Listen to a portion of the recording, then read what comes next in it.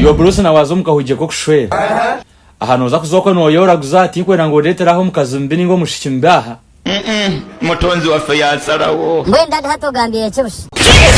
Omukazi mbishi niyo kuza kumushwera. Inkubye point. Konkabere dadi hino ko kungambira kubi no ko gamba kubi hati kucenga. Bruce wangaruka mota? Katoda wa.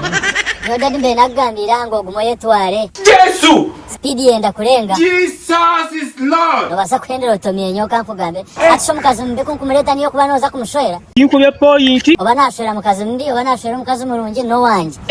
Kwe no mwenda kano jangu ni mukuletera. Nanyenda kugambira ngo echo no rushaninga nanganzi. Aza dado yetware. Atonda wange. Dado yetware nishigaka mukeno nyendero Omukazi. Naza kuzomu kanu sana abagamba nti dadi nantuma Omukazi mulungi ana mwenda. Aza Bruce ebinte bimwe biyemwe mzanani kubuze kintu hati ngambira. Ogo musho ine no murungi ninga narwo muketebe kine tikora ngo urwoko zo kuyora kandi hati kankubuze. Ogo mushikina no ndakushera Runyankore no ndakushera Mukiga no ndakushera Muhima no ndakushera ki konkani nyenda na washura yiwashura ho naza kukiza omushimbanze manyi hakuzaro narga mukaki we nashusha cyariyata tigwa uza kundetera ebyeshongoro byentu biti yo dadi kwabo riye cyeshongoro cyentu hamanuka yakwikiza akakushwerwa hato mwina tumuranzire hati to ine bintu netko kurekire kursi ya dadi Katoda wa.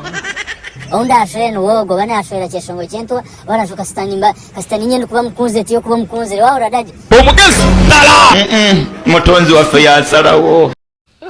Yes yabare mnonga yabare kuwakinga Nkore TV Bruce Comedy kandi twari umuco kugambira ngu tukuterire ho service nungi eya photography omurimbara ayitkwatira omukoro gwa gono goine obano muhango obano muke services zona tuzine drone services camera zamani obuhereza buruho wanonda Bruce wanonda tata Bruce wanonda buruwo ma photographer wena owakabi tumwine tukoro bugenyi bwawe ohure kitinsa cyarahanga no basa kustera namba 0 11 atana mshanju ningora bira WhatsApp orukose nambejo oganire na Nkore TV photography.